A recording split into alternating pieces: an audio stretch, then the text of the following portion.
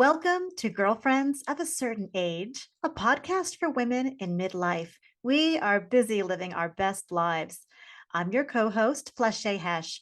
I'm a business coach and work life balance expert for women. And I'm your co host, Jessica Neighbor. I'm a voice coach for vocalists and public speakers online at Impact Vocal Coaching. We are girlfriends in real life, and in every episode, we'll discuss a different hot topic about becoming wise women, recovering from being a good girl, and not giving a bleep anymore. If you identify as a girlfriend of any age and you want to join our conversation, join us on Instagram, YouTube, and girlfriendsofacertainage.com. Hey, girlfriends out there and everyone listening today, welcome back for another juicy episode. Today, we are taking on a very interesting topic, especially for girlfriends of a certain age, which is to gray or not to gray. And, Flesché, you and I are kind of on different journeys, which I think is great because there's a lot of people out there doing different things. And no judgment here. We're just here to share with you two different perspectives. So I have gone gray after dyeing my hair for many a year. And Flesché is continuing to dye her hair, which many women choose to do because it makes them feel fabulous. And so we are here today to discuss the different options that we ladies have at this age. And if you're gray curious, or if you are committed to your salon and you love it, we're here to talk about it. So Flesché, you and I are going to ask each other a few questions and chat. And, we would love to know from you on the socials what your journey is right now as well. So Flesché, hi, honey. How you doing today? Oh, I'm doing great. Oh my gosh. By the way, I love your piggy tails. So cute. That's so funny. I was just about to introduce them. So for those who are listening to the podcast and not watching us, because you can watch us over on YouTube as well if you'd like, I'm wearing my pigtails. And you know what? I started rocking pigtails when I was 30 years old. It was actually a gift I gave myself. It was fascinating. Huh. And the responses that I got from people was also really fascinating.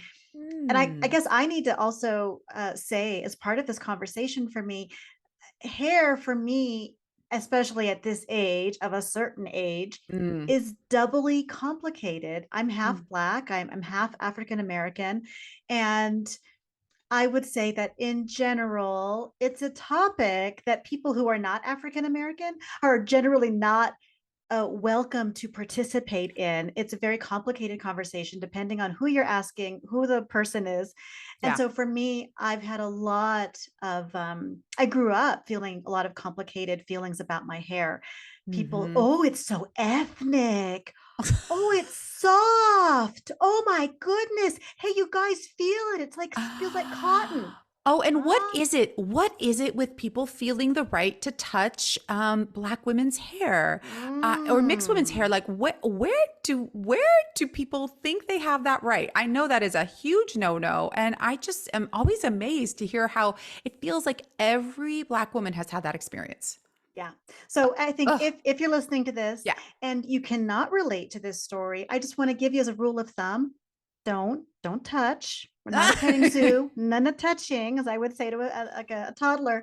And also Mhm. don't ask, right? And Yeah. unless the topic is brought up to you, just be respectful and be kind. So I think for me coming into this conversation, and here I am 49 years old, getting ready to turn 50. My hair is starting to gray. And I'm still rocking my pigtails, a gift I gave myself Yeah. 20 years ago. I love it. And so, yeah, now it's Yeah. changing and it's shifting. Can I So, ask you a quick question about that? yeah. How do you feel about people even commenting on your hair? Because I find that it's a little more touchy when it is a Black woman's hair, because I feel like there's so much commentary on it that is truly nobody's business but her own's. It's true. So Don't be I talking almost about my crown. right? Don't do it. I know. I mean, just like obviously your piggy tails are adorbs, but I guess I'm thinking of certain situations where like people will have like really cool hairdos, but someone will be like, "Oh my gosh, your hair, it's so cool," and it's like maybe just more of a general, like loving up your girlfriend statement, like, oh, you are just looking so gorgeous today. Like just something, how do you feel about that when people call out your hair? I just have that Yeah. question for you. Well, I think part of it is how it's done. So it's very complicated. I feel like it's a whole Yeah. other podcast all in itself. Yes. But since you asked the question Yeah. and it's open to you because you're Yeah. my girlfriend and I love you. And we have talked about this before, and I do Yeah. want to be so open with you. I think it's a great question. Hmm. And I would say that yes, I would say keep it general, like a general fabulousness, Yes. because it is so hard to comment well and not step on toes or hit a nerve. And I'm just going to be really open, Totally. especially with white women. It is Yeah. especially tricky with white women. I cannot tell you how many uncomfortable, unpleasant, inappropriate, emotionally violent Mm. situations I've been in with people where I came out feeling very other. Mm. I have versatile hair. It is maybe it's unusual to you, just like my name. I get this a lot. Oh, it's so Mm. unusual. Mm. Stop making people so other and Thank different you. from you. I think is really Right. the overarching theme that I Yeah. want to convey. Hmm. And if you want to honor someone and tell them how beautiful they look, just make it be about that Yeah. instead of what is going on with your hair? Is that real? And what's going on under there? Mm. And what kind of products? And can I touch it? I just think there's a little bit too much energy, like it's Yeah. a petting zoo. There you go. And just because you're standing in line next to me at the grocery store doesn't give you permission to get all up in my business, right? If there's Right. something I want to share, I'm going to share it. But I think there's a way to just be kind and more gentle and less personal about Yes. it. Yes. Yeah. I think that's Yeah. a really, really great point is never giving a compliment or a comment, which I feel like there's a distinction there, right? Or a commentary about someone's looks and someone's hair that makes them feel like another. Yeah. So, if you're exuberant and trying to bring some love to it, but if you don't know this person, like just don't Just even go don't. there. Just don't go Just there. don't. And I'm It's too not saying this to complicated. scare people No, off, it's great. but I think that there is so much more conversation happening. And maybe Yeah. even this podcast opens up more conversation for people, which would be lovely, as Yeah. long as it's done in a kind and respectful way. Um, but I think kindness and respect are the main things that I want to talk about. Well, and then for you, Jessica, so you have decided to go gray. Do you find that people are asking you questions or making comments Yeah. or like the Sarah Jessica Parker, like she's so brave. Oh my Ab- word. yeah. Are you getting any of that? I am. And I have to be honest, it is for like the first time in my life, right? I was a brunette with wavy long hair, and I didn't really get compliments besides, oh, your hair's so pretty, but there was no sort of like commentary. But now I've gotten much more like critiques and comments and some judgments, not as many as I was worried about, but it absolutely is offensive. So I feel like maybe that's just for me a glimpse of what you have had to deal with your entire life. And I'll tell you something, I don't like it. I'm like, this is nobody's Mm, business but my own with what I'm doing yes. with my hair. Yes. So, yes, I would love to tell you about that. So, it's a funny, okay. The most pushback I've gotten is from women, and the most compliments I've gotten is from men. Well, tell me about these compliments. Yeah. Okay. So this is a great one. I'm in Pete's. I'm in the coffee line right after school drop off, getting myself a little, cafe latte treat. And the barista who saw me every now and again and was watching my grow out journey stopped and he was like, I just have to tell you, you are just rocking your gray hair. It looks so good on you. And here is this young dude. And I'm like, thank you. You just made my day. Wow, so you and I hadn't talked about that before. I had never heard that story, and that just like opens up my heart immensely to Yeah. hear Yeah. that this young man who's watching your journey Yeah. took the time to call that out. So Yeah. Oh, how did it feel? Did you feel like, It tell felt me how you felt. amazing. I mean, I almost felt like I was going to blush because there's something definitely at this age where I feel like I have fallen off the map with those youngins, you know, like you just feel like once you get started calling miss, you're like, oh, those days are over, you know? But it was so cool to be kind of called out. Now, I do have to say that there has been a phenomenon going on ever since Game of Thrones and ever since our dragon mama, you know, the wonderful character who has her fabulous gray hair, which is a wig, by the way. Mm. You know, there was a big fad for a while where young women were dyeing their hair gray. Apparently, it's even more, labor intensive than going platinum blonde, and it's not very good for your hair. So, to the young ladies out there, just wait, just hold your horses because it is coming. It is coming. It's inevitable. So, I think I maybe had that in my advantage, but I think there was something interesting about maybe seeing someone who is a little younger doing it, and there's something sort of taboo about it, you know, like, wait, she doesn't look like a grandma, but she's got gray hair. Like, what's going on over there? And the other group that I feel like I get many more looks from are the older men of gray hair. And I mean this in a different way. Like they're they're looking at me almost like a contemporary, and Mm. I don't know how to frame that in any other way except that I feel seen by them, almost like I'm in the gray club now. And it's so funny. I have to say that, uh, you know, going from chasing my roots and getting my hair dyed, like, oh my God, by the end, it was like every 4 weeks and touch ups and you name it, to going kind of salt and pepper, which I'm now. I can't wait to just go like white. You know, I'm like, ooh, what's that going to look like? What's it going to look like when I'm like fully gray? So it's totally flipped the script for me. Mm. And I've known you obviously for a long time, and so I've been Right. watching this journey and hearing about your process around it. I remember when you decided to do it, Yeah. and I was just like, so cool. I can't wait to see what my new Jess is going to look like, and to see how you've owned it and embraced it and fully yourself. That there's a part of me, I hear that. It's like I'm still a little bit like holding my breath a little. And Uh I huh. would like to exhale a little more and not Mm, be worried. I'm rocking some roots. My roots are growing out right now. And I'm really asking myself before we even decided this topic, yeah. I was already contemplating, when will that happen? I have a relative who is probably about 20 years older than me, and her hair is white, but she's been Mm-hmm. dyeing it dark brown. And she was like, I'm just done. I'm not going to do it again. And that she just went cold turkey. And she Mm-hmm. looks so beautiful. I just think it's just so natural. And to see her kind of like, I can feel it when I'm around her, Yeah. and that's just a powerful feeling. And so I'm asking myself, well, when is that for me? Right.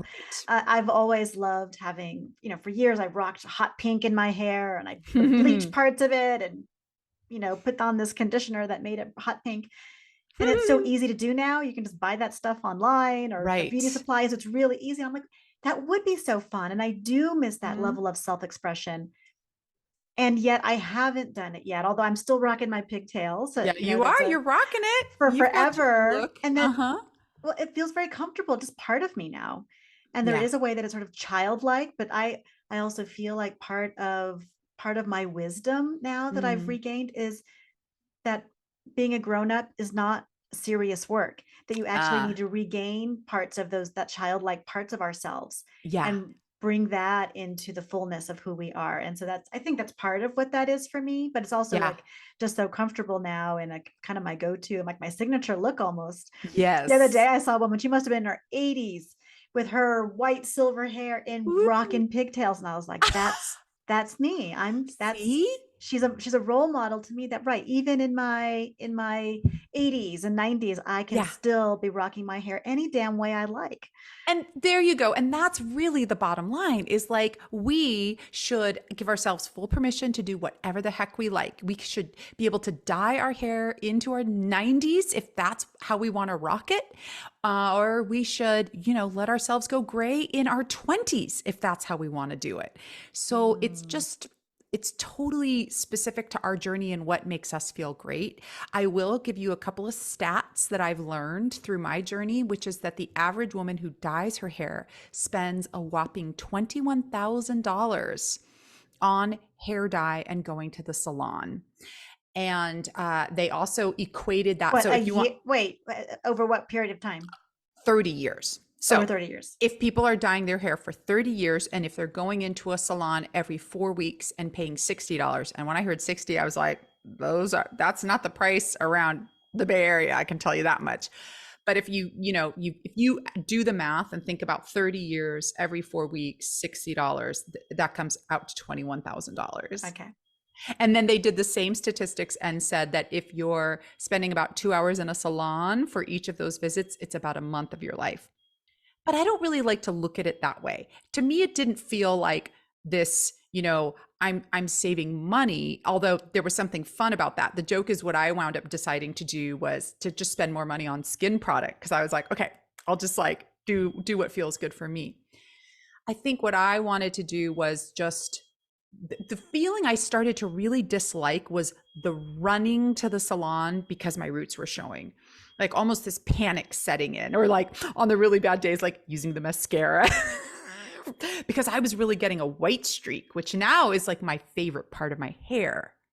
But when it was first peeking through, I was like, what is that? And when you have darker hair, it really pops and you're like, and finally feeling like, what if I just totally shifted that, flipped the script, thought about it in a different lens. I will say, I actually joined a couple of Facebook groups and it was really helpful. Gray and Proud on Facebook. And there's one other, I think it was Curly Girls, Gray Girls, or something like that, was so fun because women were photographing themselves, women with full skunk lines. And skunk lines is when you're growing out your hair and you've got a streak of white and you maybe have, a dye job and you're just growing it out. And it's like a metamorphosis. So you would see these photos, and then also women would share their low points. And it really broke my heart too. Women would share stuff like, my mother or my sisters hate it. My husband doesn't like it. Ooh, that was a big, big one for me. And that was a nice way to feel like we're in solidarity. We're there to support one another and to see how everyone was responding with it. I will thank my husband because he said, oh, let's go gray together. So he's been my cheerleader in that regard, which was wonderful. But just to say, I think if you are curious and if you want to do it, there can be pushback from people who may surprise you. And it is really nice to get a core group of people there cheering for you. Mm. Mm-hmm. Oh, I bet. I Yeah. bet. Yeah. And I can see how society, well, I know I've said this before in our podcast, like this idea of the boot on the throat, like keep you small, keep you quiet, keep you down, keep you looking like everybody else, and which Yes. in our society means young. Yep. Stay looking like you're 25 forever, everything Right. about you, and if you're not, you are failing. Yeah. And that's such a big cultural conversation. I'm curious to know what you thought around the brouhaha around Sarah Jessica Parker, and people when the new show came out, and Mm, people had seen pictures of her like in walking in the world in real life, and that her hair was gray. mm-hmm. I I'm so curious to know how you felt about that Yeah. cultural conversation. I think it's fabulous. I think every time that I see a public figure, especially a celebrity like Sarah go gray, or Jamie Lee Curtis, who was like rocking it for years, it's just affirming that we can do this, that we're bold, we can still be beautiful, we can still be glamorous, or we can chop it all off and not have to be as low maintenance as possible. It just, I think, pushes up against that beauty archetype, and like you said, that boot on the neck pressure that we all feel. So when Sarah Jessica did it and when Jamie Lee was doing it, there's very few public figures. Today's episode is brought to you by the 5 Minute Work Life Balance Digital Workbook. Do you need help achieving work life balance? I will teach you how to take back your time and your life. You can forget about feeling guilty, overwhelmed, and out of balance. You will discover the 9 unexpected strategies to achieve work life balance. My name is Flesché, trained as a marriage and family therapist turned business coach and a work life balance expert for women of a certain age. I'm the mom of two. I'm a CEO, published author, and a podcaster. So today you can get access to the digital workbook, my online course, and me, your coach, for $29. This is available for a limited time, and the link is below. Right? When we think about it, we think about women and even elder women who we admire, there aren't that many who go gray, especially in, you know, more glamorous circles. So I think Sarah Jessica was a badass for doing that. I really do. Mhm. And I think the pushback, I think when you get those comments, like I'll never forget a woman, an acquaintance, not a close friend, just told me that I was too young to go gray. And I thought Oh, that was, I find that to be such a fascinating statement because, like, if we really break it down, you're too young to go gray implies that you shouldn't have any gray hair at your age. But the joke is, hi, genetics, I do. I have right. an aunt who also has like silver gray hair and she started going gray very early. So there's an irony in telling a woman who maybe does look a little bit younger that it's not her time or her place, that you are stepping into an era where like you're not there yet. Why would you go there? Uh, and I think she actually meant well. I think she meant it in a kind way to me, but the way I heard it was just it was sort of denying what was right in front of her. It's like, well, if I'm too young Right. to go gray, then who am I? Here I Yeah. am. Exactly. So someone said that something very similar to me. You're reminding me of this. She Hmm. said, "You have children in elementary school. You're too young to go gray." She did say Ah, that to me, and she was tying it to the age of my children. interesting. And I'm an old mom. I Hmm. had my kids later in life. I'm a mature mother, Yeah. and so like when my mom was my age, I think I was already in high school or graduating high school. So I think maybe there's like this old pattern too that people used to have their kids younger, or depending on Yes. where you are in the country or where you are in the world, people might still be having kids younger. Yeah. But everybody I know, all of my friends and contemporaries, we all had kids later in our mid to late 30s. Yes. And so that does make us a little older. And so I still have kids in elementary school, and yes, my hair is graying some. And so it is interesting, what was she really saying? And I can't help but think she was really saying it about herself. That's it. And it was just being projected onto me in that moment. And because I have not embraced going gray, it was like a lock and a key. It hooked, That's right? it. Someone can only trigger you when you have a wound to get Yes. triggered. So I could see how both of us were a little bit ensnared by this conversation that is so Absolutely. rich and it's so beautiful. And I feel so relaxed and free talking with you about it now. Hmm. And I am curious to hear how it will land for the women who are I listening am. to these words right now.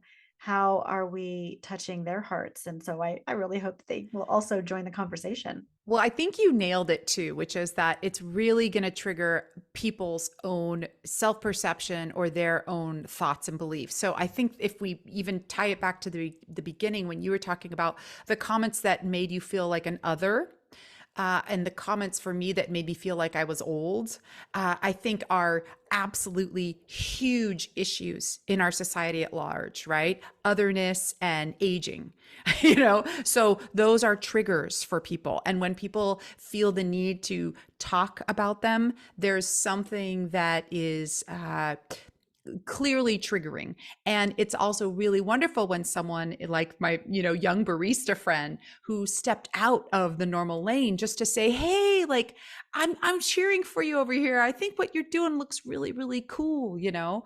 And I think that's why, like, as we see more women of different colors, like really being celebrated, with all their different hair textures. And that's why when we see more women who are going gray and it isn't this taboo thing, we're all going to normalize aging and we're going to normalize otherness, because what the hell is otherness at the end of the day, right? It's just it's another person, for God's sake. So the more that we can exemplify and feel comfortable, and like we're talking with our listeners right now, if you do have that funny little feel in yourself when you see someone and something in you gets triggered, stop and think what that is for you, because you Mm. can learn so much about yourself in that moment. And reflect for a moment. Stop and reflect before you just comment, to think through, what is it that I want to say and why do I want to say it to this person.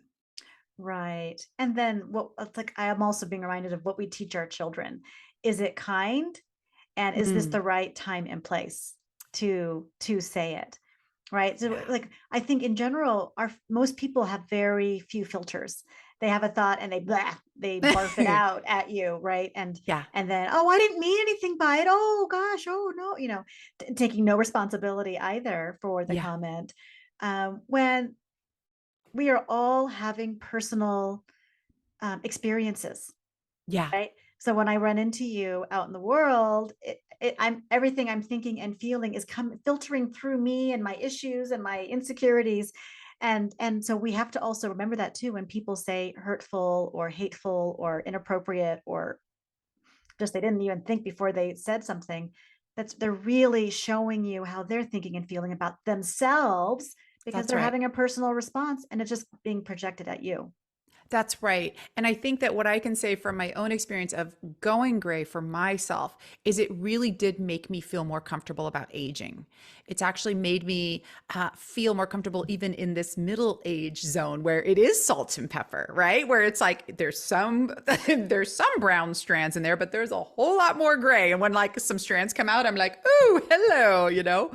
The many 50 shades of gray are in my hand right now as I'm looking at the hair. Ah, And uh, at the end of the day, I'm more comfortable. And I think that for me, also having come out of an industry of being a performer for so many years, there was a way that I think for a while I was chasing youth.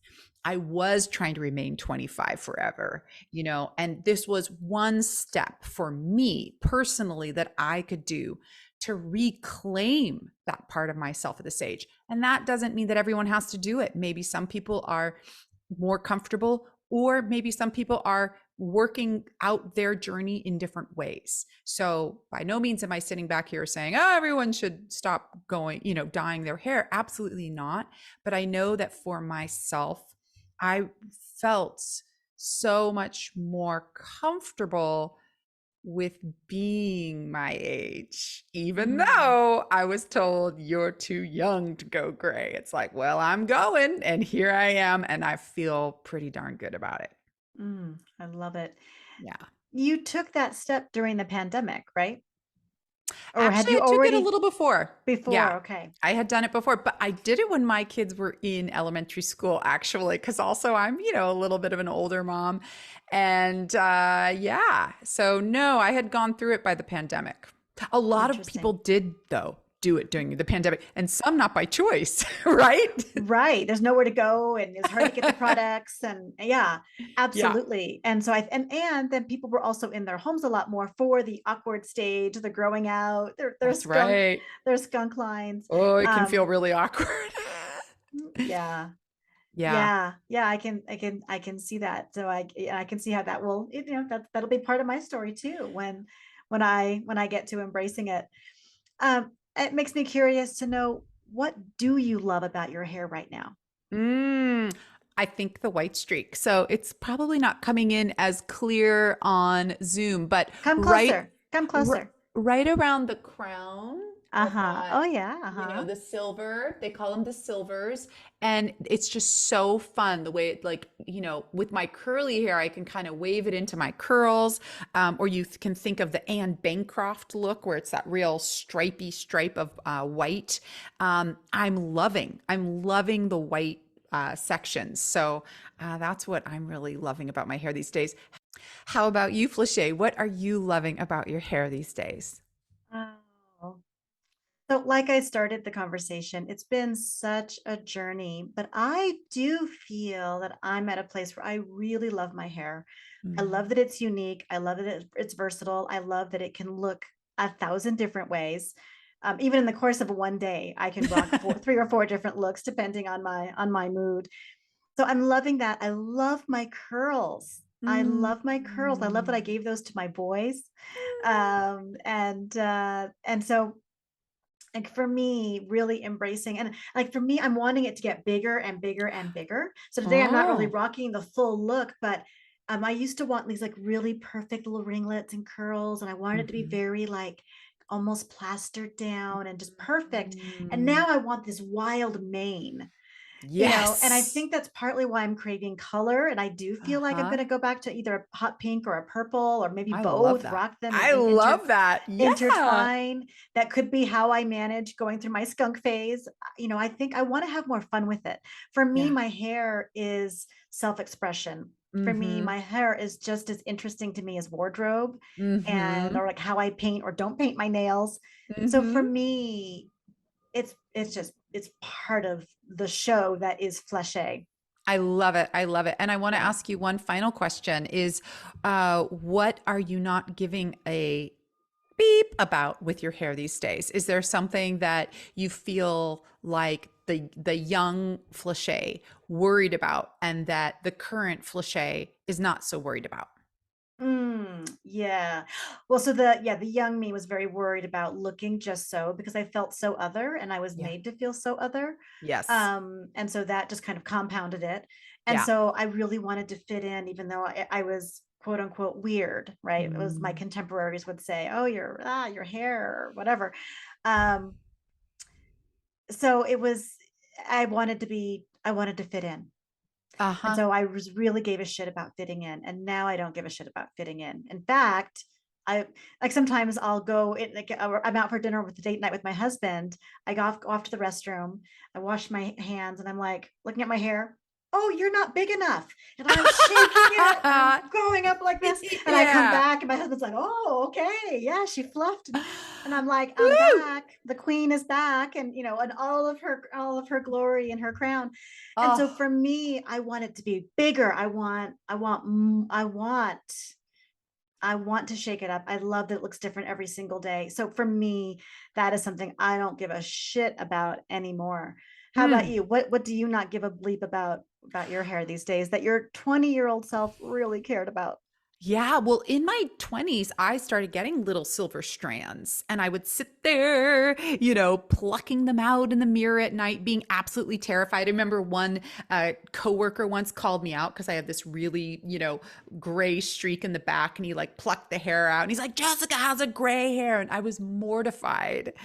And now here I am just like letting it all hang out and just excited and like seriously excited for the more silver gray parts. I'm like, go, go, go, go. Give me those natural highlights. But I think that what I'm feeling from both what you're saying and I'm saying is that once we sort of embraced that thing that made us feel ashamed, and made us feel like we wanted to hide it. Now that we've embraced it, we want to rock it. We want to be big and bold about it. And woo, isn't that a wonderful feeling at the end of the day? Mm. Well, I think that is the note to wrap up this session on. With Definitely. that, Jessica, thank you for showing up for all of us today. I'm really grateful to hear your journey and your story, and I honor you and I celebrate you and all of your fabulousness. You're Thank you, hot. honey. Thank you. You're hot. And go big or go home for your hair. Woo! I love it. Till next time, girlfriends. Bye, Bye. everybody. Thank you for tuning in today to Girlfriends of a Certain Age podcast. Do you have a girlfriend who needs to hear this message? Share this episode with her. She will love you forever. If you enjoyed today's episode, please subscribe, rate, and comment wherever you get your podcasts. Stay tuned for more episodes where we discuss more hot topics about girlfriends living their best lives. You can follow us on Instagram, YouTube, and girlfriendsofacertainage.com.